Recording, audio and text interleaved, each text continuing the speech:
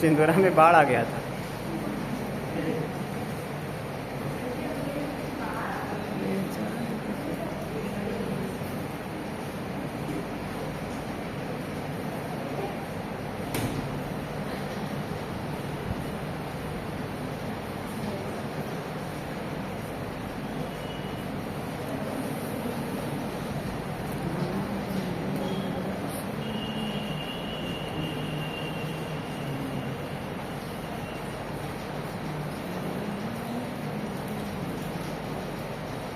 आज हम लोग त्रिभुज के बारे में पढ़ेंगे।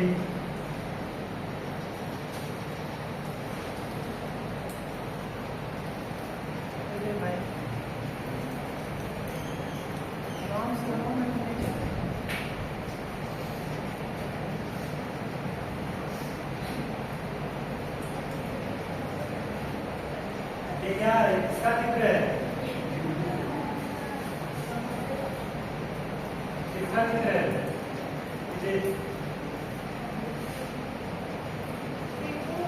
त्रिभुज का। आज हम लोग त्रिभुज के बारे में पढ़ेंगे, ध्यान से सुनिएगा सब। बैठिए। तीन भुजाओं से घिरी बंद आकृति को त्रिभुज कहते हैं। क्या कहते हैं? त्रिभुज। त्रिभुज में तीन कोण होते हैं, तीन शीर्ष होते हैं और तीन भुजाएं होती हैं।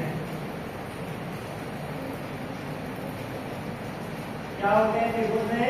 तीन कोण होते हैं, तीन शीर्ष होते हैं और तीन भुजाएं होती हैं। ठीक? त्रिभुज में कितनी भुजाएं होती है? इससे पूछा जाएगा, हाथ जाएगा।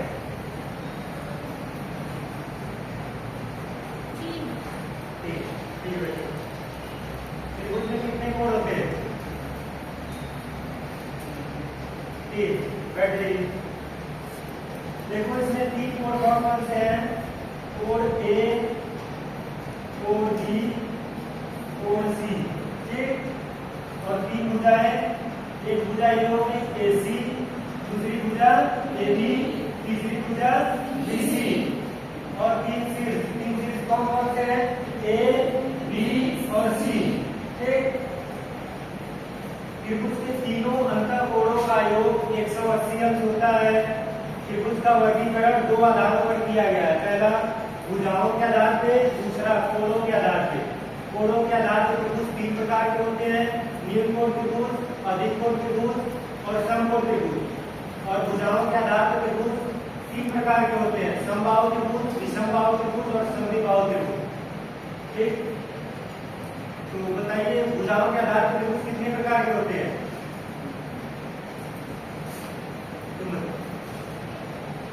तीन प्रकार। बैठिए। त्रिभुज के तीनों अंतःकोणों का योग कितना होता है? किसे तुम बताओ, तुम्ही से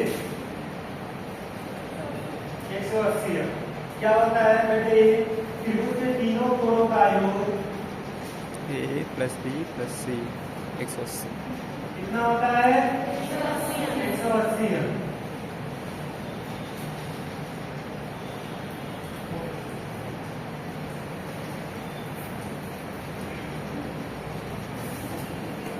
व्याख्यान में भाषा स्पष्ट है। ठीक? एक चीज और थोड़ा सा कर लेना चाहिए था कि कोड बता दीजिए कौन कौन सा है। ठीक है? भुजा को भी ब्लैक बोर्ड पे थोड़ा सा लिख सकते थे कि ए बी भुजा। ठीक है? जैसे उसको लिखना, जैसे कोड ए बी सी लिखी हो ना, वैसे ही ए बी भुजा। ठीक है? और बी सी और सी ए भुजा आप लिख सकते हैं और अच्छा। और अच्छा इसको कलरफुल आप चार्ट प्रयोग कर सकते हैं, ला करके बना करके वो प्रस्तुत कर सकते हैं। छात्रों की सहभागिता पाई गई थी, अच्छा है। कथनों में तारतम्यता भी है, बीच बीच में हमने जो दो प्रश्न पूछे वो भी ठीक है। पहला वाला व्याख्यान बहुत शार्ट लगा मुझे, सर वहाँ वो बताया ही नहीं हो, तो वो शार्ट लगा, उसको थोड़ा सा ध्यान रखिएगा। लास्ट में अच्छा लगा कि जो पहले वाले स्टूडेंट से आपने ये महसूस किया कि मुझे भी उत्तर का प्रयोग करना है। बच्चों ने जो बताया 180 अंश, तो उसको लिख कर भी तुमने बताया कि कोड A + B + C जो है उसका योग कितना होता है 180, तो तुमने लिखा है। ठीक है।